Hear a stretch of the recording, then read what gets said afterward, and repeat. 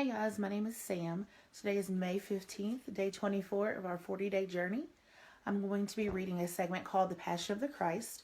It will be found on page 987 in our Black Bibles. When he had finished praying, Jesus left with his disciples and crossed the Kidron Valley.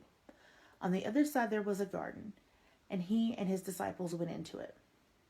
Now Judas, who betrayed him, knew the place, because Jesus had often met there with his disciples. So Judas came to the garden, guiding a detachment of soldiers and some officials from the chief priests and the Pharisees. They were carrying torches, lanterns, and weapons. Jesus, knowing all that was going to happen to him, went out and asked them, "Who is it that you want?" "Jesus of Nazareth," they replied. "I am he," Jesus said. And Judas the traitor was standing there with them. When Jesus said, "I am he," they drew back and fell to the ground. Again, he asked them, "Who is it you want?" "Jesus of Nazareth," they said. Jesus answered, "I told you that I am he. If you are looking for me, then let these men go." This happened so that the words he had spoken would be fulfilled. "I have not lost one of those you gave me." Then Simon Peter, who had a sword, drew it and struck the high priest's servant, cutting off his right ear. This servant's name was Malchus. Jesus commanded Peter, "Put your sword away. Shall I not drink the cup the Father has given me?" Then the detachment of soldiers, with its commander and Jewish officials, arrested Jesus. They bound him and brought him first to Annas, who was the father-in-law of Caiaphas, the high priest of that year. Caiaphas was the one who advised the Jewish leaders that it would be good if one man died for the people. Simon Peter and another disciple were following Jesus. Because this disciple was known to the high priest, he went with Jesus into the high priest's courtyard. But Peter had to wait outside at the door. The other disciple, who was known to the high priest, came back, spoke to the servant girl on duty, and brought Peter in. "You aren't one of the man's disciples too, are you?" she asked Peter. He replied, "I am not."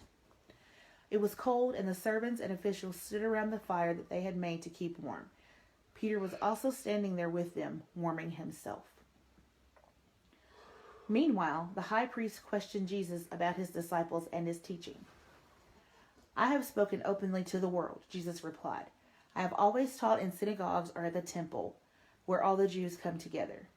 I said nothing in secret. Why question me? Ask those who heard me. Surely they know what I said." When Jesus had said this, one of the officials nearby slapped him in the face. "Is this the way you answer the high priest?" he demanded. "If I said something wrong," Jesus replied, "testify as to what is wrong. But if I spoke the truth, why did you strike me?" Then Annas sent him bound to Caiaphas the high priest. Meanwhile, Simon Peter was still standing there warming himself. So they asked him, "You aren't one of his disciples too, are you?" He denied it, saying, "I am not." One of the high priest's servants, a relative of the man whose ear Peter had cut off, challenged him. "Didn't I see you in the garden?" Again, Peter denied it, and it was at that moment the rooster began to crow. The Jewish leaders took Jesus from Caiaphas to the palace of the Roman governor. By now it was early morning, and to avoid ceremonial uncleanliness, they did not enter the palace, because they wanted to be able to eat the Passover. So Pilate came out to them and asked them, "What charges are you bringing against this man?" "If he were not a criminal," they replied, "we would not have handed him over to you." Pilate said, "Take him yourselves and judge him by your own law." "But we have no right to execute anyone," they objected. They took place to fulfill what Jesus had said about the kind of death he was going to die. Pilate went back inside the palace, summoned Jesus, and asked him, "Are you the King of Jews?" "Is that your own idea?" Jesus asked, "or did the others talk to you about me?" "Am I a Jew?" Pilate replied. "Your own people and chief priests handed you over to me. What is it have you done?" Jesus said, "My kingdom is not of this world. If it were, my servants would fight to prevent my arrest by the Jewish leaders. But now my kingdom is from another place." "You're a king then," said Pilate. Jesus answered, "You say that I'm a king. In fact, the reason that I was born and came into this world is to testify to the truth. Everyone on this side of the truth listens to me. Well, what is the truth? Retorted Pilate. With this he went out again, and the Jews gathered there, and he said, I find no basis for a charge against him. But it is your custom for me to release to you one prisoner at the time of the Passover. Do you want me to release the King of Jews? They shouted back, No, not him. Give us Barabbas. Now Barabbas had taken a part in the uprising. Then Pilate took Jesus and had him flogged. The soldiers twisted together a crown of thorns and put it on his head. They clothed him in a purple robe, and they went up to him again and again, saying, Hail, King of the Jews! And they slapped him in the face. Once more Pilate came out and said to the Jews, Look, I am bringing him out to let you know that I find no basis for a charge against him.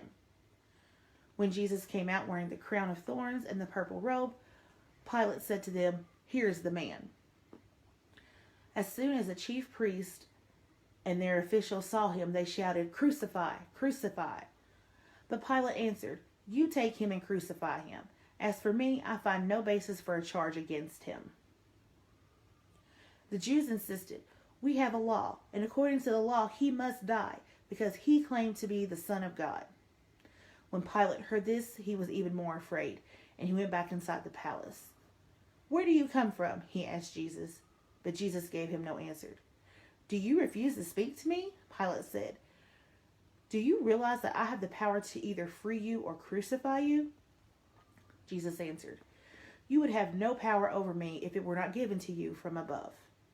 Therefore, the one who handed me over to you is guilty of greater sin.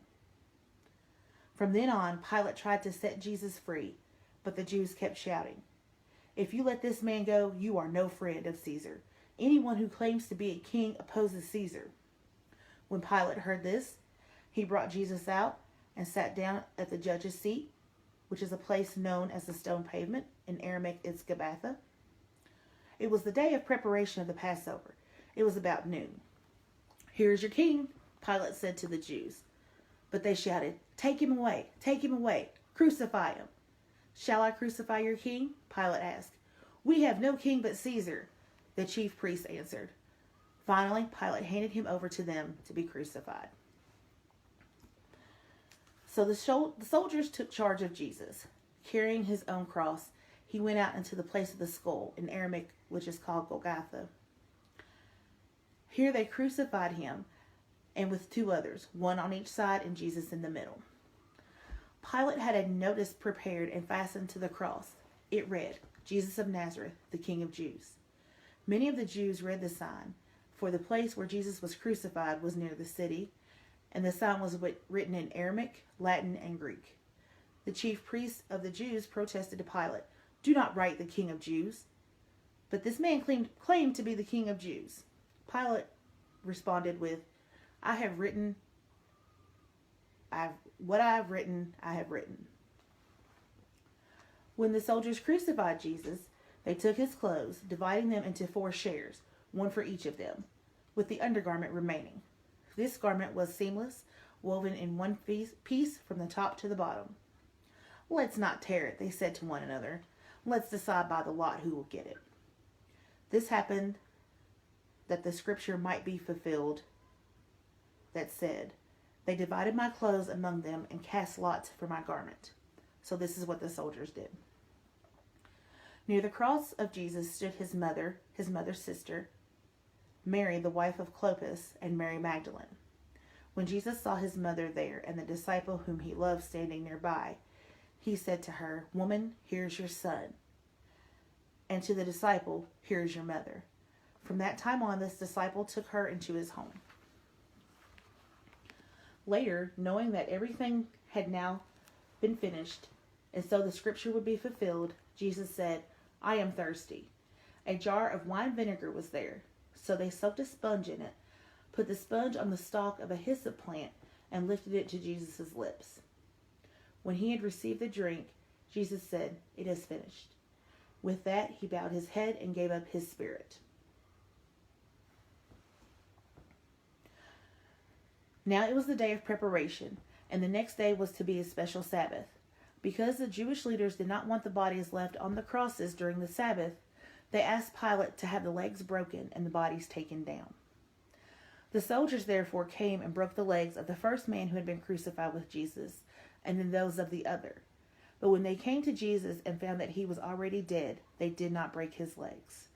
Instead, one of the soldiers pierced Jesus' side with a spear, bringing a sudden flow of blood and water.